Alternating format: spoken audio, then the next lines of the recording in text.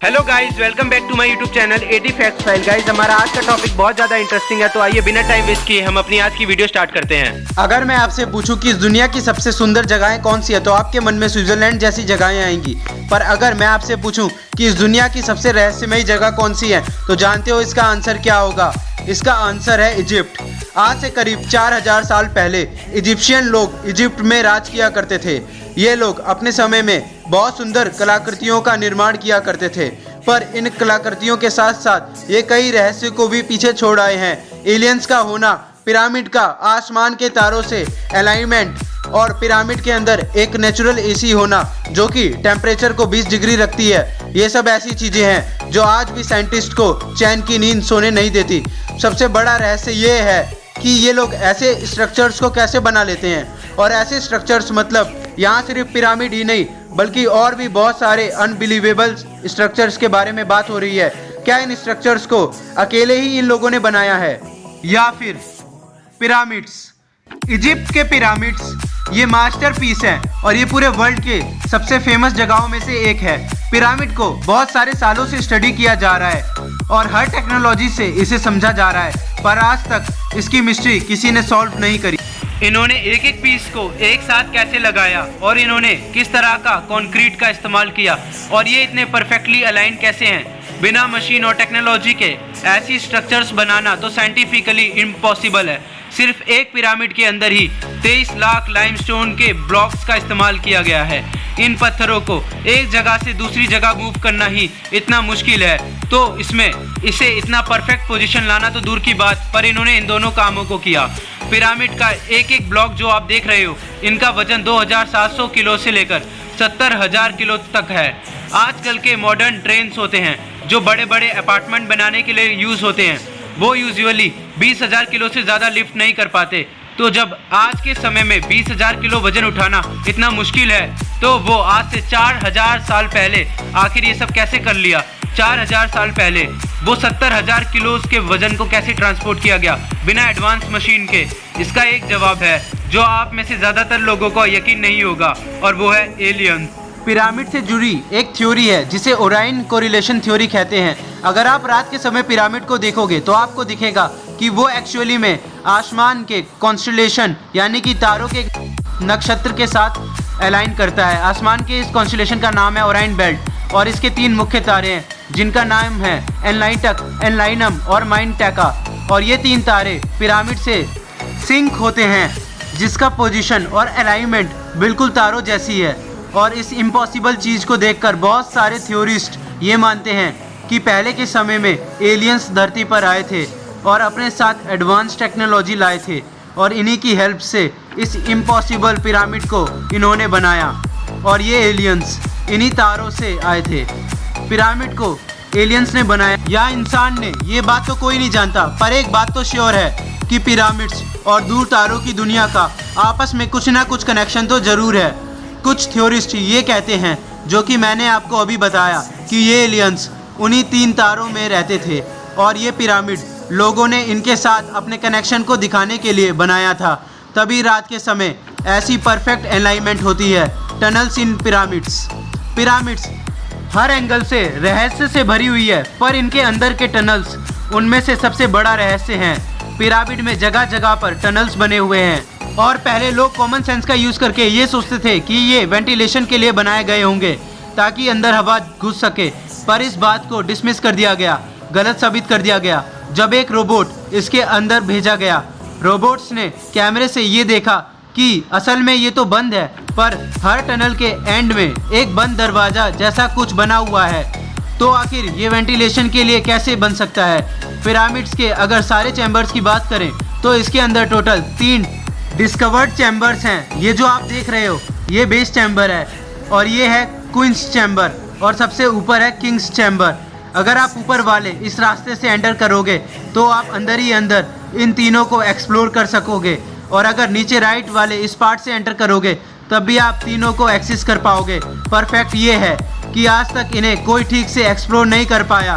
ध्यान दीजिए, मैंने कहा डिस्कवर्ड चैम्बर्स, मतलब इसके अंदर और कितने चैम्बर्स होंगे ये कोई अभी नहीं जान पाया। और ये भी माना गया है कि ये टनल्स इसलिए बनाए गए थे कि उस समय लोग ये मानते थे कि ये किंग यानी राजा की बॉडी को इस चैम्बर में रखा गया और ये शाफ्ट बनाया गया, तब उनकी आत्मा, उनकी सोल आसमान के इन तारों की तरफ जाएगा। इसे पिरामिड का स्टार शाफ्ट थ्योरी भी कहते हैं। जब इस क्विंग्स चैम्बर्स के अंदर रिमोट कंट्रोल कैमरे को भेजा गया, तब ये देखा गया एक बंद स्टोन जिसके ऊपर मेटल पिन लगा हुआ था। इसे ऐसा बनाया गया था मानो ये लोग नहीं चाहते हो कि कोई इसके अंदर जाए। और इसके डिस्कवरी के बाद इसे बहुत सारी थ्योरीज सामने आई जो ये कहती हैं कि इसके अंदर और एक अनडिस्कवर्ड चैम्बर मौजूद होगा। पर एक नया एडवांस टूल के ज़रिए इस बंद दरवाजे को ड्रिल करके इसके अंदर एक छोटे से कैमरे को भेजा गया, तो उस कैमरे ने इस फोटो को कैप्चर किया और इसके अंदर जाने के पहले ही ये कैमरा एक रहस्यमय तरीके से ख़राब हो गया और इसके आगे की एक्सप्लोरेशन अधूरी रह गई। और उसके बाद से वहाँ की गवर्नमेंट फिर कभी किसी को अलाउ नहीं किया इस पिरामिड को एक्सप्लोर करने के लिए। पर पॉसिबिलिटी अभी भी है कि इसके अंदर ऐसे और भी टनल्स हैं जो अभी तक डिस्कवर नहीं किए गए हैं। आखिर ये पिरामिड्स क्यों बनाए गए, कोई एक्सप्लेनेशन ना होने के चलते आज तक तो यही माना गया है कि ये पिरामिड्स उस समय के राजा और रानियों के कब्र के पर्पस के लिए बनाए गए थे। वो राजा रानियों का कब्र था। मम्मी के बारे में तो आपने कभी ना कभी सुना ही होगा। तो जो लोग राजा रानी के कब्र की बात को मानते हैं, वो लोग ये कहते हैं कि उस समय के राजा रानियों के शरीर ममीफिकेशन के प्रोसेस के जरिए बॉडी को मम्मी बनाकर उसे कब्र में रखा जाता था। मरे हुए बॉडी को एक लाइनिन नाम के फैब्रिक में बांधकर कब्र में रख दिया जाता था। पर अजीब बात यह है कि अगर आप पूछो आज तक कितने बॉडीज मम्मीज पिरामिड में मिले हैं, तो इसका आंसर है 0। जी हाँ, आज तक एक भी मम्मी पिरामिड में नहीं मिला। पिरामिड को अभी तक पूरी तरह से एक्सप्लोर नहीं किया गया है, पर जितना एक्सप्लोर हो चुका है उसकी बात करें तो सारे टॉम बिल्कुल खाली थे और उसके ऊपर कोई टेक्स्ट भी नहीं लिखा हुआ था, जो कि जनरली उस समय के बाकी जगह पर टॉम्स पर लिखा जाता था। क्वींस चैम्बर में ना क्वीन का मम्मी पाया गया और ना ही किंग्स चैम्बर में किंग्स का मम्मी पाया गया। तो इस सबको देखकर थ्योरिस्ट ये कंक्लूजन निकालते हैं कि पिरामिड शायद इसके लिए नहीं बनाया गया था, मे बी ये किसी और पर्पस के लिए बनाए गए होंगे। और इसी सब के चलते ज़्यादातर साइंटिस्ट ये मानते हैं कि ये किसी एलियन की वजह और उनके पर्पस के लिए बनाए गए थे और शायद ये एक तरह का पावर प्लांट था। पिरामिड इतने परफेक्ट कैसे हैं? क्या आपको पता है कि इस पूरी दुनिया के मैप को अगर आप लो और अगर सेंटर का पता लगाओ तो सेंटर कौन सा होगा? अमेजिंगली इस पूरी धरती का जो जियोग्राफिकल सेंटर वही जगह है जहाँ पर ये पिरामिड्स हैं। हाँ श्योर, ये कम्प्लीटली कोइंसिडेंस है, यानी कि इत्तेफाक हो सकता है, पर यह मत भूलिए कि ये पिरामिड उस समय बनाए गए थे जब इंसानों को धरती के बारे में कुछ नहीं पता था। उस समय तो ये भी डिस्कवरी नहीं हुई थी कि धरती गोल है। जैसा कि आपको पता ही होगा, पहले के लोग ये मानते थे कि अर्थ फ्लैट है। तब उस समय ये लोग आखिर अर्थ के सेंटर को कैसे ढूंढ पाए। और एक चौंका देने वाली बात यह है कि इस पिरामिड का एक पार्ट एकदम नॉर्थ पोल के अलाइनमेंट में है। अगर इसके सेंटर से एक एरो निकाले तो वो सीधे नॉर्थ पोल पर जाकर रुकती है। बस कुछ किलोमीटर का सरफेस का फ़र्क है। पर आपको ये जान के हैरानी होगी, आज से 4000 साल पहले लैंड मास जो था उसकी पोजीशन एक्चुअली चेंज हुई है और टेक्टोनिक प्लेट्स हिल गए हैं।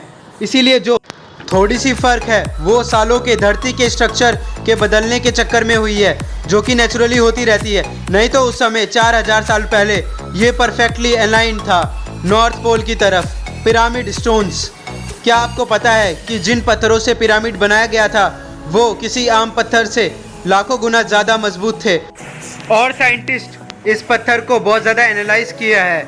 क्या आपको यकीन होगा कि साइंटिस्ट को आज तक नहीं पता चला कि ये एग्जैक्टली है क्या?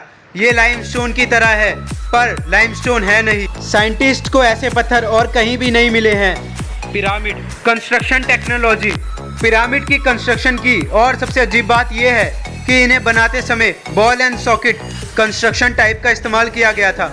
बॉल एंड सॉकेट एक ऐसा मेथड है जो कि हीट एक्सपेंशन झेल सकता है, यानी कि गर्मी के चलते जब पत्थर थोड़ा बड़ा हो जाता है तो उसे भी ये झेल लेता है। और ये ball and socket type actually earthquake यानी कि भूकंप को भी झेल सकता है। सोचिए, शॉक प्रूफ टेक्नोलॉजी, वो भी 4000 साल पहले।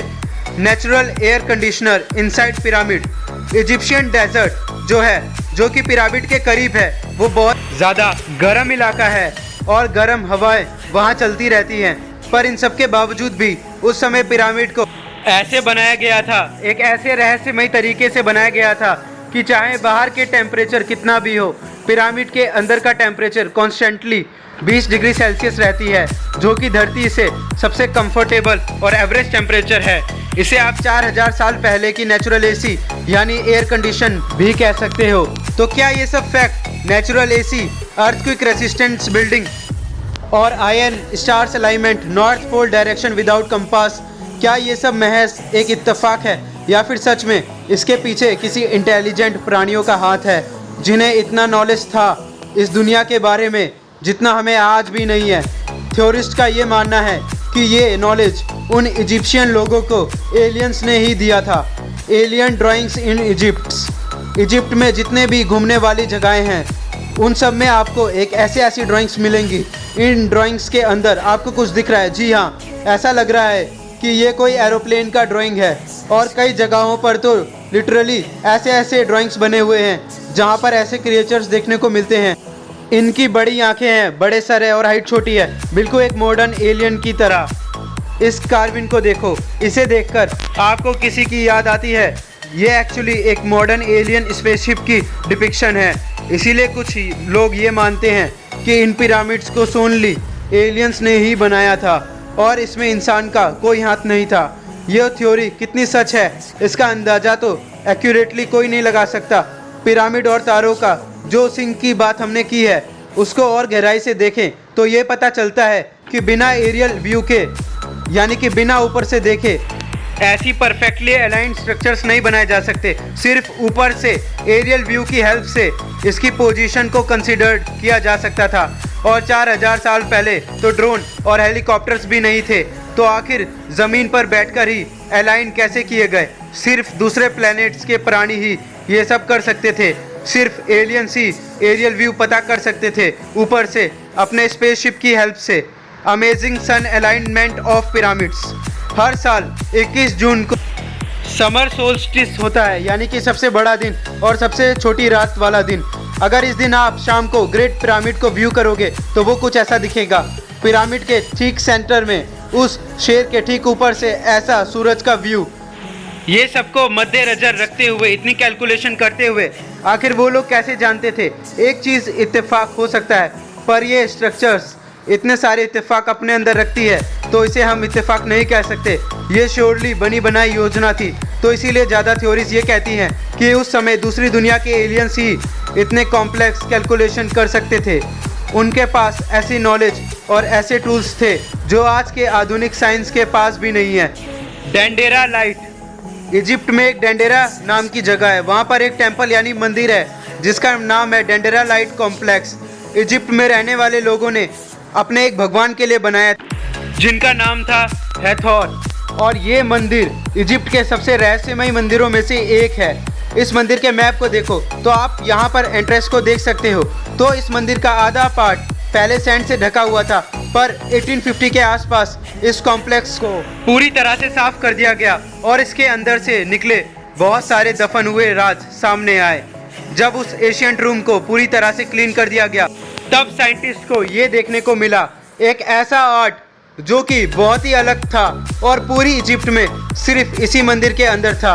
ऐसा कुछ कला देखने को मिला, इसे डेंडेरा लाइट कहते हैं। दीवार पर ये जो ड्राइंग आप देख रहे हो जो इजिप्शियंस ने बनाई है, ये सवाल खड़ा करती है कि इजिप्शियंस लोग भला कितने एडवांस थे। इस इमेज को अगर आप ध्यान से देखोगे तो ये आपको एक लाइट बल्ब जैसा कुछ दिखेगा। ये मत भूलिए कि हम 4000 साल पहले की बात कर रहे हैं। इस इमेज को देखकर थ्योरिस्ट ये कहते हैं कि एशियंट इजिप्ट में इलेक्ट्रिसिटी यानी कि बिजली एग्जिस्ट करती थी और 4000 साल पहले इलेक्ट्रिसिटी टाइम ट्रैवलर्स यानी समय यात्रियों ने या फिर पहले के एशियंट एलियंस ने दिया था।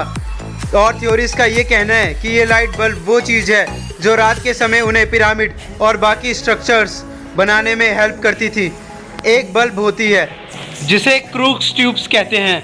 अगर आप इस इमेज पर आज के एक मॉडर्न क्रूक्स ट्यूब से कंपेयर करोगे तो ये कुछ ऐसा दिखेगा। इस बल्ब के अंदर जो फिलामेंट है उसे इजिप्शियंस ने एक सांप से दर्शाया है और इसके एंड में इस जगह एक लोटस फूल बना हुआ है जो कि एक मॉडर्न सॉकेट को दर्शाता है जो कि असली बल्ब में होता है।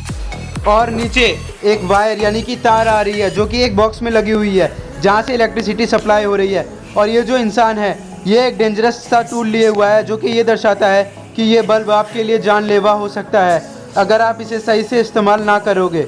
अगर सही से इस्तेमाल ना किया गया तो आपको करंट मार सकता है या फिर शॉक लग सकता है। स्विट्ज़रलैंड में एक मिस्ट्री पार्क है, वहाँ पर सेम इसी तरीके का मॉडल रखा हुआ है।